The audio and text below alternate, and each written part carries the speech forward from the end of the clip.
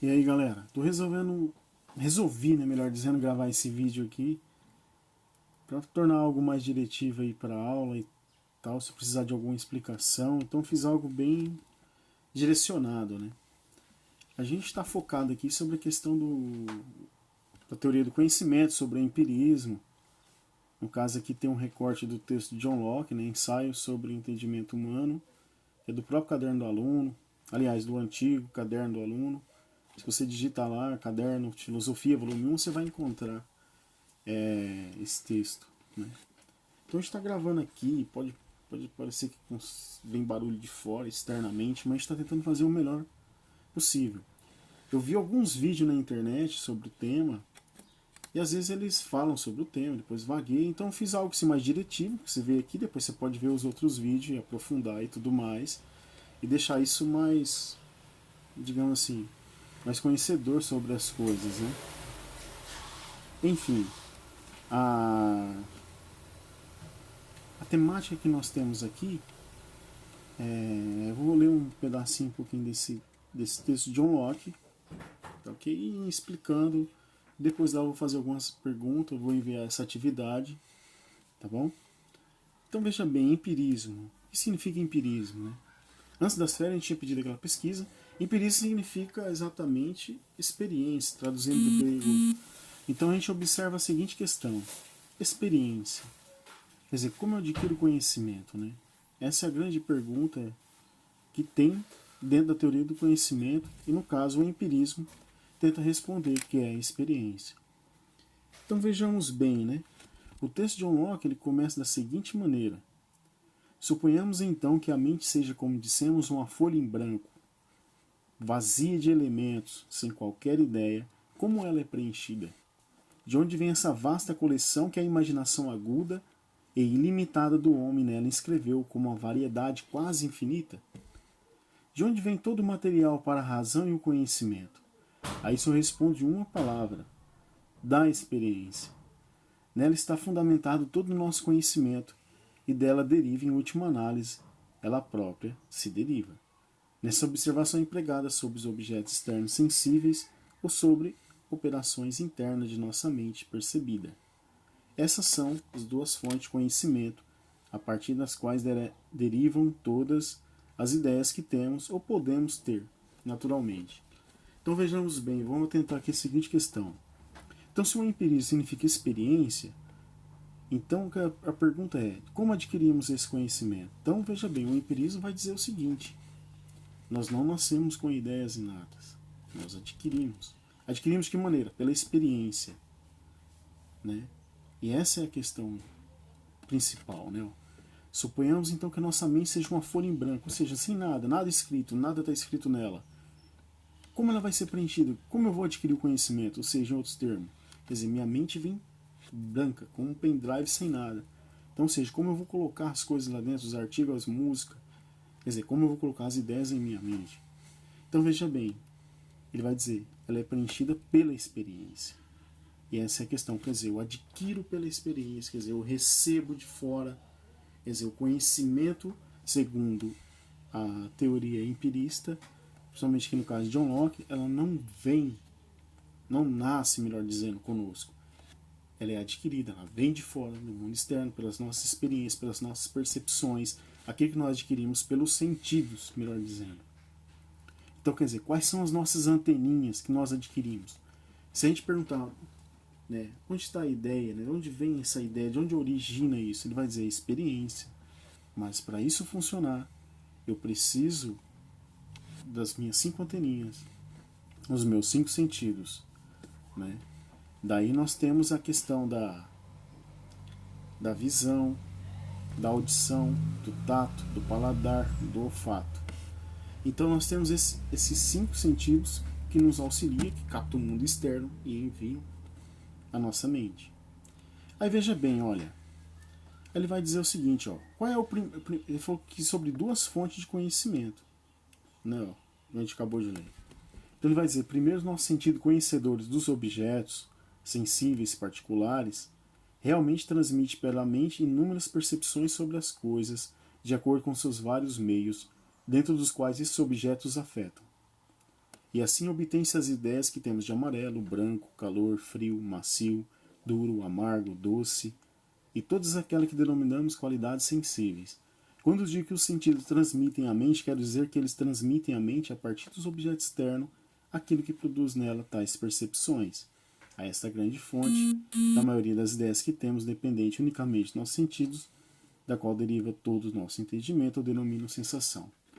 Então, sensação, o que ele está querendo dizer? Olha, é aquilo que eu posso captar dos objetos externos, pela experiência, quer dizer, no caso da visão, aqui está ligado, amarelo, branco. Pelo tato, calor, frio, macio, duro. Paladar, amargo, doce e todas as outras coisas. Aí vem os sons e por aí vai. Ou seja, sensação para ele é aquilo que eu capto que está ligado unicamente aos sentidos. Tá ok? Aí nós temos a outra fonte de conhecimento. Quer dizer, eu captei isso. As cores, o formato, o objeto externo, com tudo aquilo que a gente pode captar pelos nossos sentidos. A gente envia isso à mente. Então ele vai falar assim, a segunda parte, ele vai dizer, ó, segunda outra fonte do qual a experiência fornece entendimento com ideias, é a percepção de operações de nossa própria mente dentro de nós. Então veja bem, operações de nossas próprias mentes dentro de nós, empregadas sobre a ideia de que tem as operações, as quais, quando a alma chega a refletir e considerar, verdadeiramente fornece um entendimento com outro conjunto de ideias. E presta atenção, que não poderiam existir a partir de coisas externas. Quer dizer, um conjunto de ideias que não poderiam existir a partir de coisas externas. E tais são a percepção, pensamento, questionamento, crença, racionalidade. Ou seja, aquilo que eu captei pelos sentidos, unicamente pelos sentidos, é como se ele dissesse, essa é a ideia de sensação. A ideia de reflexão é aquela que existe a partir da operação interna da nossa mente, que é o pensar, o refletir, e por aí vai.